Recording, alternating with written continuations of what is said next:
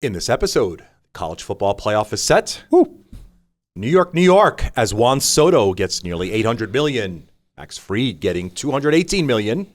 UNC hires a coach who went 36-44 with the Browns and couldn't land an NFL job in the last offseason. That's one way to put it. And NFL, week number 15.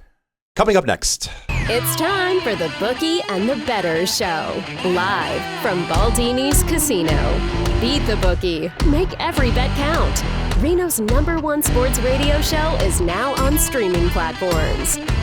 Now, introducing the Bookie, Rob Kowalski, and the Bettors, Randy Wike and Nick Schulte. Welcome back once again to another episode of the Bookie and Bettors show. I am your host, Robert Kowalski, joined once again by my best friend here at Baldini's Casino, Nick Schulte. Hey, Rob, how you doing? Nick, good morning. A little bit earlier in our recording session, but I'm glad that we're here to talk about all things in sports here at Baldini's Casino. Let's go ahead and start where we always do with the NFL and what the NFL teams' records are against the spread this season, now that it's fully up to date. Broncos and Steelers, 10-3 against the spread. Didn't see that coming. Chargers and Lions at 9-4 against the spread. The Commanders, 8-4-1. The Vikings, 8-4-1.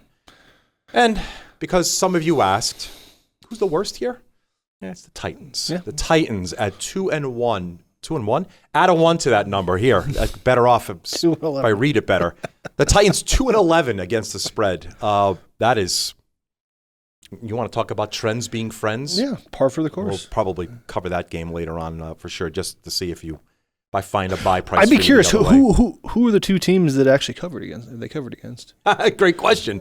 Was it Houston? Remember the time we were talking about their insane record in the first half? Mm-hmm. Against the spread, and then it was actually Houston that they lost. No, Houston lost to Tennessee. Yeah. And that was one of the covers, if I recall correctly. So, right. But let's start with the Chiefs and Bills. The Chiefs, fifth straight win, Nick, on the last play of the game. The Bills scoring 42 points, 6 touchdowns, but somehow still lost to the Rams, 44-42, which was more compelling to you here.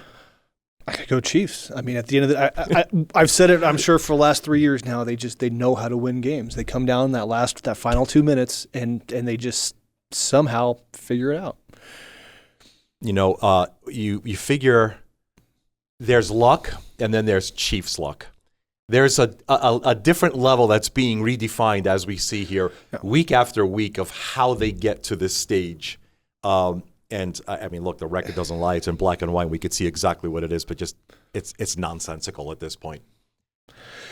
I feel like they're leaving. I mean, obviously they're a great team, and it'll be interesting. I mean, I still have them going. They're still my Super Bowl favorite. I think they're going to get the three-peat, but you know, they're just leaving teams kind of in it. You know, I mean, like you said, the however many straight game they've won in the last minute. A lot of that is Patrick Mahomes, but.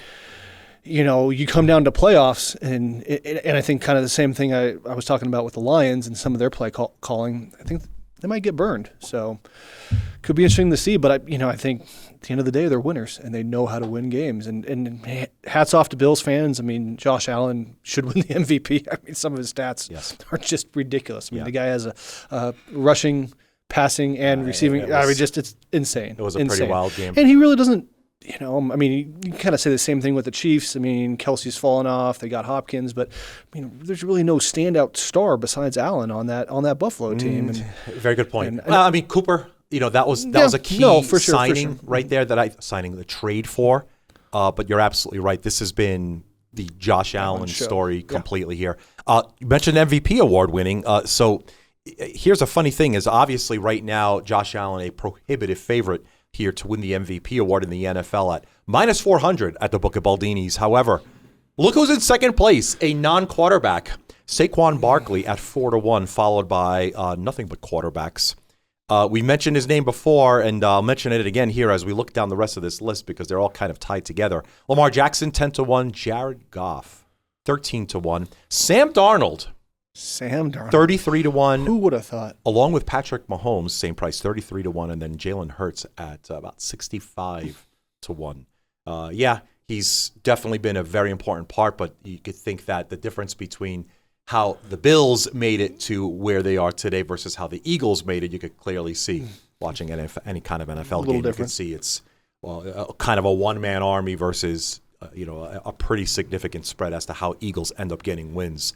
Can I get you to buy any other player other than Josh Allen here to win MVP? Well, I think from a betting perspective, I think there's some good value. Would you say Goff was 10-1, 12-1? Yes. Jackson was 10-1, and Yes. Goff was 12-1.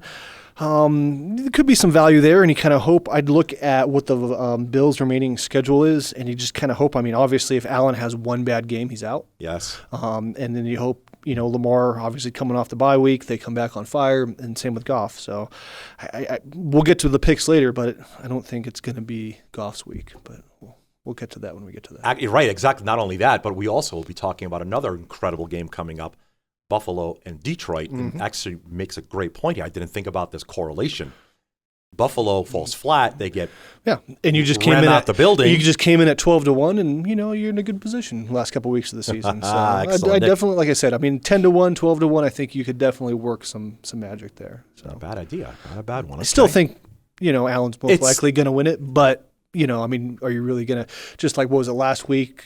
I believe you hear the stat. The guy put. What was 800,000 on the Eagles money line? No, it was more. It was to win. 800,000. It was like 3.1 large. You get a little bit of sweat there. Yeah, just to say. Who was it, Leggett, that decided I'm not interested in holding on to this, even though this is kind of what I've been doing my whole life? Imagine.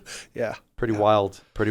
All good points there. Then we're definitely going to get back to the NFL game shortly. However, I want to look at the college football playoff with you. I know we've got some time before the first round of the FBS playoffs, but Nick, despite losing the ACC championship game last week, SMU made it. They are in the college football playoff instead of Alabama. Boise State getting a bye. Good for them. Nice to see the smaller non-Power 5 programs getting some attention here. Look, after all, they did lose one game this year, and it was at Oregon. And for that matter, it was actually like a 3-point game. So to hang with the number one ranked team, and as far as voting is concerned, not bad for the one loss that you have this year. Notre Dame versus Indiana for the state championship in the first round. That's coming up on Friday the 20th. Currently, Notre Dame, we opened them 8. Down to about 7.5 right now. The total's 50.5 at the book at Baldini's. Penn State looks like they have an easier road than Oregon. So I don't know, Nick. We'll probably zip in a little bit tighter as we get to next week, as we could take a look at the games and see how they develop from a points perspective in the first round. But the question that I have right now, Oregon, yes, right? Texas, yeah. I don't. Georgia, okay, but they were tooth and nail against Georgia Tech. So I'm going to step on this one. Is 12 teams too many, Nick? I think you got to try it. This is the first year in this format.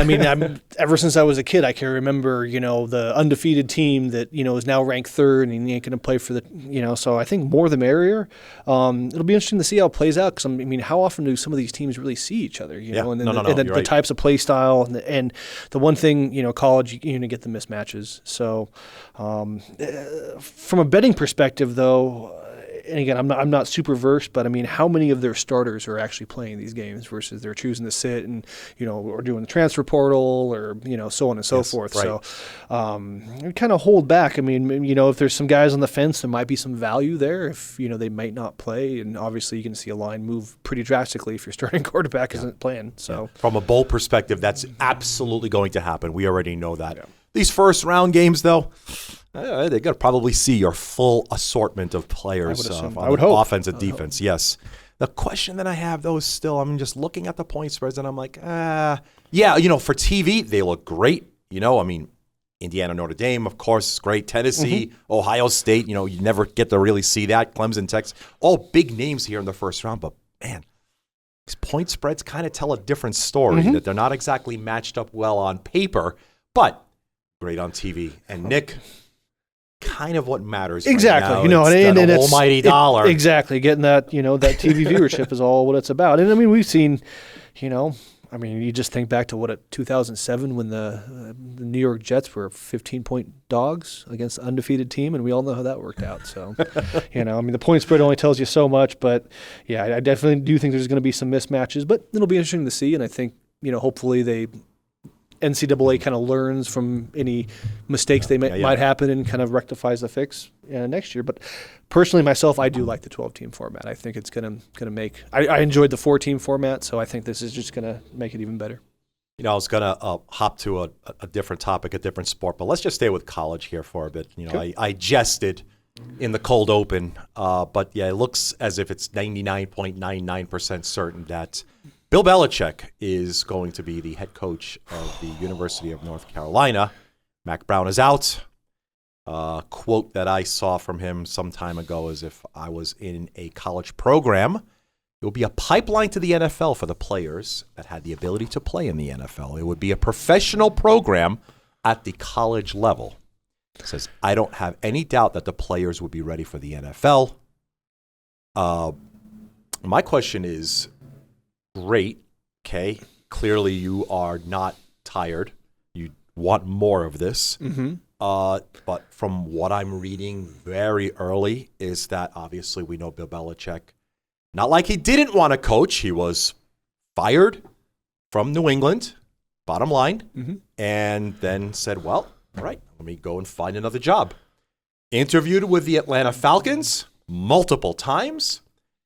I think, I don't know. I mean, where are we looking at with hubris and ego? I feel like there might be some bad blood, though, between the Patriots and the Falcons. Just saying. I mean, there was 28-3 or something like that somewhere. Got an 8-time Super Bowl champion, though. Okay, it's a difference. Arguably the best coach of NFL coach of all time. I don't think you could actually even argue that, to be honest. It was always, yeah. So if you're looking, different, right, with players. Players, you're talking about the 1/1000th percentile of this planet's human body that can play at this level, right? And they play for about, 3 years? Most pro athletes. Mm-hmm. His mind is there, right? Clearly, he has the energy and the desire to continue to build and grow champions. Well, I mean, have you seen his girlfriend? I mean, it takes energy. Now, that's recruiting. But dumb bumps. Exactly. Terrible no, job. but I mean, in 3 years, UNC is going to have the best recruiting class out there. I mean, if my son is going to play at a top tier program, and I got Bill Belichick, yes, coming to recruit my son, yes, how do I say no? I mean, best NFL coach, like we talked about. I mean, pretty undisputed. I mean, you can put that out there. I mean, This is kind of... It'd be interesting to see because, I mean, UNC, not really known for their football program. Not at all. They kind of had a good decades. year last year, but, I mean, basketball has kind of been their thing. And that's it. They're our basketball program. They're pro football. Pro football. Well, I guess someone that normally is here with us, a.k.a. the Wike 3000, would have something to say about NIL time right about now. I just called UNC a pro football program. They're all kind of pro football programs. I did hear that in an interview he was doing, though, and he said, with the transfer portal and the NIL deals, that he felt that he could turn around a college team faster than a pro team currently. That's insane. So we'll see what happens, but I think 3 years from now it'll. Okay, great, perfect. Let me stay right there. You mentioned, let's just say, son getting recruited by Bill Belichick in 3-4 years tops. I'm a first rounder. You may be top 15 pick. Is Bill Belichick going to be there in 4 years? Or will it be his son? That's what they're saying. That is a great question. So this is a grooming for his son to be the head coach.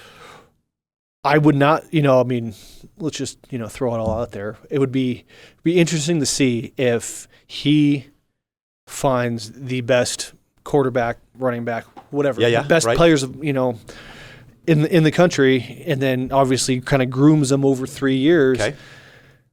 And then obviously they're going to be the first round. We would assume they'd be the first round pick, which is usually the worst team in the NFL that usually has a head coach opening. So does he stick with these players from after we did it. College to NFL? That's it. Chris, this is it. We got to aggregate right there. That's exactly what I want. That's the hot take. And put that right out there. My opinion, I think Bill Belichick is Right. a little salty because obviously, salty. a head coach is a head coach, and there's a lot to it. You got a game planning, you got this, that, and the other thing. Not taking anything away from the quarterback, but we all know who made the Patriots. Was it Brady? Was it Belichick? And I mean, for his credit, Brady left there, ran and won another one. So that kind of put an asterisk on that mark. But I would assume, Bill in his mind, being the winner that he is I'm going to take a kid that's nothing, I'm going to turn him into something, and then I'm going to turn him into the Super Bowl winner. All right, how do we do this? Journey. I don't know how we do this magic on social media. What do we do?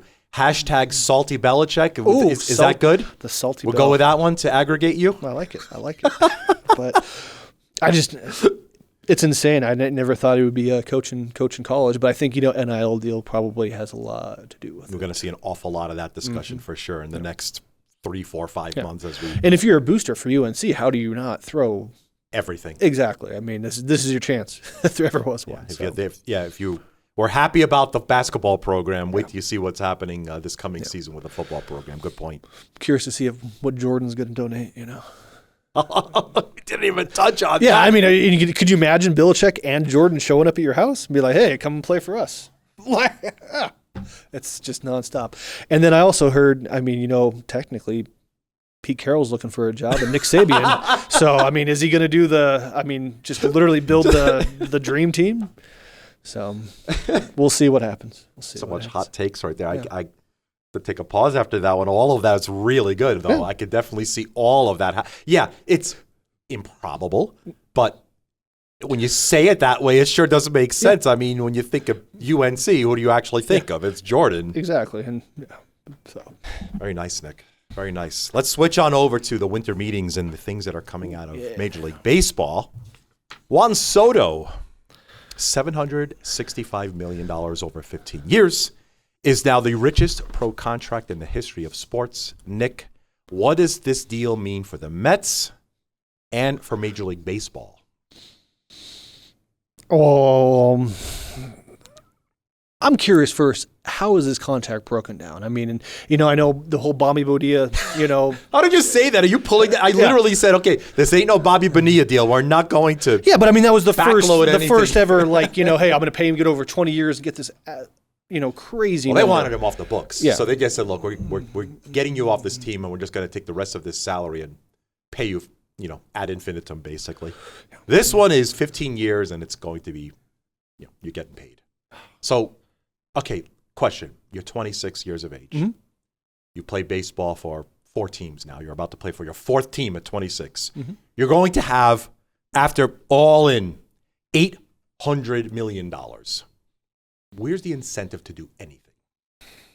You can have anything. So, in my opinion, and I think this goes for every professional athlete, you don't get there without a drive and desire to not lose. You want to win, and you want to win games, and I think that's what's going to get you up every day and get you to practice. But from an NFL perspective, how many times have we seen players get a huge Brandon Ayuk, got his huge contract. Yep.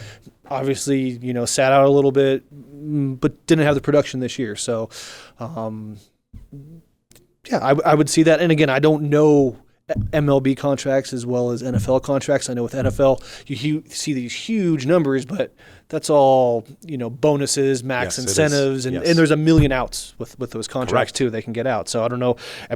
What's the guaranteed? Is it $750 guaranteed? That's from what I'm reading. He's getting all this money. Jesus. Well, you have to also understand who the owner is and what the drive is there. Yeah. Steve Cohen has literally a money printer. He's got all the money. And with the stadium deal that he has, if you look a little bit closer, he wants a casino built on the grounds that Citi Field's at. Well, by signing Juan Soto, what does that do to the team's valuation? Raises the valuation, raises the value of the stadium, raises the value of all of his enterprise. Yep. And now you can go to the city or state or county and say, I have this. It is bona fide, it is rich, it is magnetic. Give me my casino. And that's the end game. I think that'll happen. New York City, like an actual borough casino? I think that'll happen. Let's move over to the other side of the river. Yankees, not to be outdone, did pick up Max Fried. Lefty, Nick, he's only reached 185 innings, though, tops in his career. 31 when the season's going to start. The Yankees kind of have 6 starters now. Was this as big a signing as Soto? I mean, they have if what we read is correct, the Yankees did make an offer to Soto, so they've got about $400 million left over. Yeah. There's plenty of talent still out there. As effective here as Soto, or you feel that they completely missed out on this? No, I think they're doing. I mean, go back to last season. What were the Yankees missing, right? Correct. I mean, they had a little help in that bullpen, and I think, let's get, like you said, 6 starters in there, and yes. I mean, and take one page out of the Wike 4000 over here, but the pitching clock and the strain that's put on. Sure. I think you got to really look at that bullpen and have a backup to your backup. It's not. I mean, how many times do you see pitchers go in and pitch 2 innings now? So that's absolutely true. Yeah, I mean, look at the Tampa Bay Rays were the ones that actually built that model, and you can see, they can throw out a guy and have him throw the first inning, and then say, "Okay, thanks, we'll move on to the next guy," and it's a different model, but without a doubt. So, okay, well, look, obviously with Fried leaving, what does that happen? He left the Atlanta Braves, one less chip on the division for the Mets to go and chase. Yankees, Mets win the division here. I mean, I know it's really early prognostication here, but I go with that. Yeah. Baltimore may have something to say with it. Of course, Philly as well, but we'll take a look. You got any inside information? Didn't you used to work for the Mets for 10 plus years? We can talk about a certain curse that may be on a franchise for 20 some odd years. Okay. Yeah, a little bit closer when we get to spring training. Perfect. NFC West, as we take a look, Nick, I'm going to go ahead and just dovetail this into week number 15. The NFC West kicks off in earnest tonight with Thursday Night Football and the Rams and Niners, but with the Seahawks win last week over the Cardinals. Would you say that the Seahawks might be the best team in the NFC West right now and not the Rams? Still going with the Rams. Okay. With that said, the odds currently to win the division at the Book of Baldini's has Seattle number 1 at -120, the Rams at +170, and then kind of pushed together, I've got the Cardinals at 11-1, the Niners at about 12-1. All odds to win the division. And, I mean, it's still literally a game apart, 2 games apart, tops. Yeah, no, that's close. To win this division with weeks left to go. But, let's dive right on into it. Nick, Week 14, kind of again, still kind of bobbing your head up and down, 2-3-1. I'm going to give you the win on the Bengals. For the record, I did have the Packers at 3.5. So I know that wasn't your line, but I got paid on it last week. Fair enough, right? For the record, though, on our show, you did have the line at 3, so that was a push. Bengals, you laid the 5.5, which was the winner. You called them out as a massive winner. I thought they would come out, and Cowboys stuck around there. Well, they did a Cowboys thing, and that's how they ended up losing. But I actually took a alt point line at halftime for -13.5 at +230. I thought that was pretty good. They were up 7 at the point. I was like, okay, they're gonna. And then Cowboys came out and tied it up, and. Pretty much the end. I also had last week. I call it my F Cowboys ticket. So I had Joe Burrow for over 2 touchdowns. Yes. Joe Burrow for over 291 passing yards. Jamar Chase for over 89 passing yards, and the really made this sweet, Jamar Chase 2 touchdowns. So that was a nice ticket. That was very nice. Yes. Ticket, well, look, maybe next time let our friends here know in case you really. I mean, look, you did kind of lean into the Bengals. That was kind of a Hail Mary, though. Fair enough. But it's one of those things. I'll pick the game and then I'll look at some of the player props and kind of build it all out from there. The same way we do props for Super Bowl. Absolutely true. But I thought Bengals for sure would come out and just crush the Cowboys, and they looked good. But it was a closer game than I thought it was going to be. And when Burrow or Chase got that last minute touchdown, where he twisted it that's home free now. Yeah, that was good. Well, let's take a look at some of these Week 15 games here as we wrap up our show. 30, 28-1 against the spread going into Week 15. Nick, let's start right on off with tonight's game. We've got the Niners 2.5, the total 48.5, hosting the LA Rams. Rated feisty, Nick. They always play each other tough. It's always going to be a duke out game, but The Niners have, I believe, less than a 3% chance of making the playoffs. So how, from a bookie perspective, do you have the Rams, and you saw what the Rams did to the Bills. I mean, They went back and forth, good game. Correct. We all saw what the Bills did to the Niners. I mean, granted, snow, true. But how much of that was snow versus the actual team? And now you have the Niners a 2.5-point favorite? Like, I love the Niners, don't get me wrong. I also love a 4-letter word that starts with the letter T that's about to come out of your mouth here? I'm saying Rams money line on this one. Nick. I think Rams are going to – they should beat the Niners. Why do I say that in such a pronounced way? I still love the Niners. We have a heart pick. Hey, if they were in the playoffs, I wouldn't even be talking about it. But it's clearly their season's done. Wrap it up. Let's play for a good draft pick.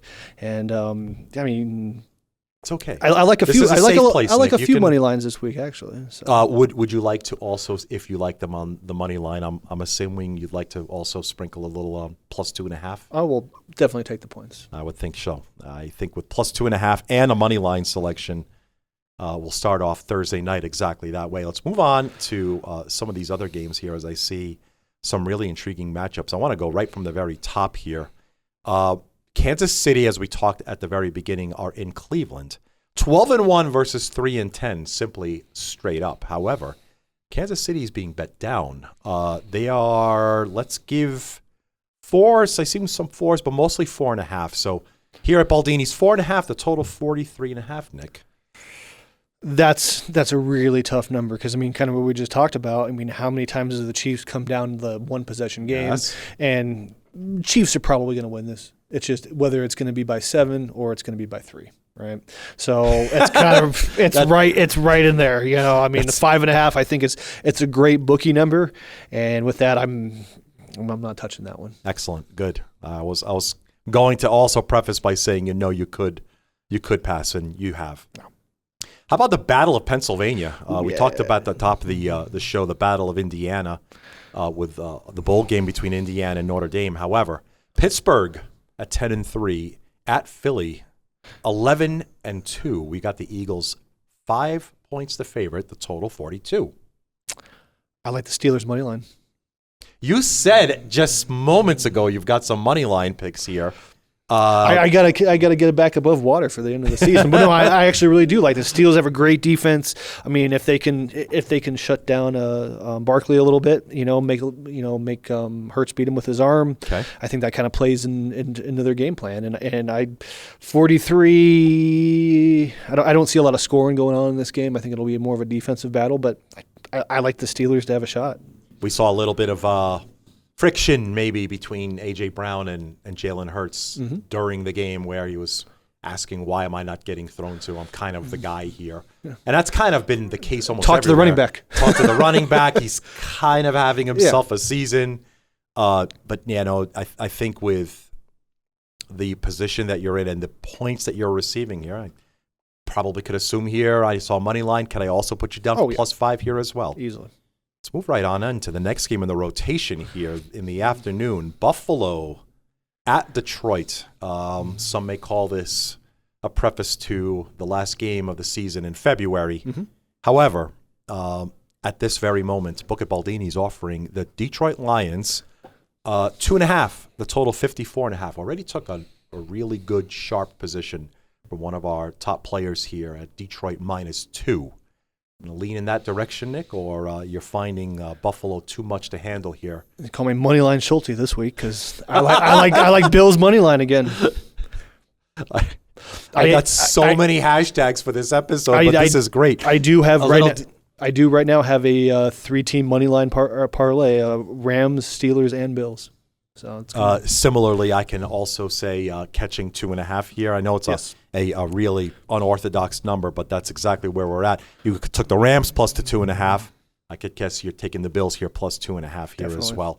Are you seeing this one of these? And actually, also back to the Rams and the Bills for this matter. Are you finding this a situation where this is going to be like one of those last possession type of games for a field goal, or do you think that they just simply I think it is going to be just take off. It's going to I wouldn't be surprised if the total goes over 70 in this game. I mean, I think it's just going to be scoring, and some more scoring. So, well, that is quite impressive, and I'm documenting all of this. I'm actually really wasn't expecting this, but this is actually the beauty of these episodes. Yep. I don't know which direction you're going to go in. I happen to be finding so many key games here.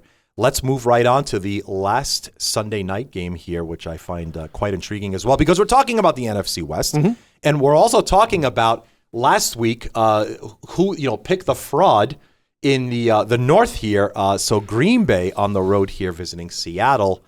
The Packers 9-4, a 2.5-point favorite here. The total's 46 at Seattle, coming off a pretty convincing victory, versus Arizona. Nick,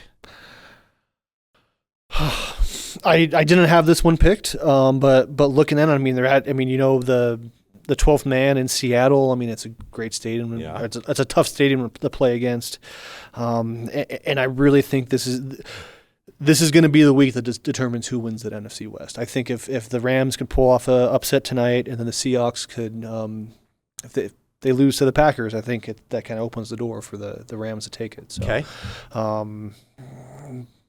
It's going to be a close game, and I wouldn't be surprised if it lands right on that 3. You're not going to no position though here, not for this particular segment. My gut says Seahawks. I mean, yeah, it does make sense here. At home. And we talked about earlier in the season, you figure bookies give them 2 points for being a home team, right? So it should be 5.5, or I'm sorry, 1.5. Correct. So, yes. If you can get them at +3. Possibly could happen, as there is some juice being applied to it. We're seeing some -15s. We've got even a -20. So, yeah, the sway is right now towards the Green Bay Packers, so it does make sense. Nick, I'm going to leave this here to you. You have anything else that jumps out from a betting perspective? Just kind of back to the trend. I'm jumping out the Bengals -5, not taking the money line on that one. But, obviously we've seen what the Titans have done against the spread this season. And, I mean, the Bengals just have, Burrow and Chase. I don't think they remind me almost of the old school Hill Mahomes back in the days. Right. So I think that they should easily dismantle the Titans. This is in the early game, of course. The Bengals, a 5-point favorite on the road, the total 46.5. And as we did call to the very top of the show, Tennessee, very historically bad against the spread this year. So Cincinnati -5 for Nick makes that is pick number 1. Well, you got the Rams, got a few in there, the Steelers, the Bills, plus their money lines, and now the Bengals. Anything else from a betting perspective here? Or Nothing really that I'm betting myself this week. Again, I think there is some value on the Monday night games, but personally myself, I've been burned multiple times by the Vikings and the Falcons this year, so I'm just staying away from those. Stay away from those. It does make sense. But in theory, the Vikings should easily cover the 6.5 at home. It's a Monday night game. You got Darnold possibly playing for MVP. Yep. That should be an easy win for him, you would assume. Should. And same with the Atlanta. I think, matchup-wise, they should just demolish the Raiders. But I thought Kirk Cousins was going to bounce back a lot last week, and at least kind of I thought that would have been a touchdown or a 3-point game. And what is happening to Kirk Cousins? Yeah, this doesn't make sense. Yeah, so I did have a 4-teamer last week, and I hit 3 of them. Unfortunately, that Atlanta game cost me a little. That's what round robins are for. Yes, I know. I didn't take my own advice. I know.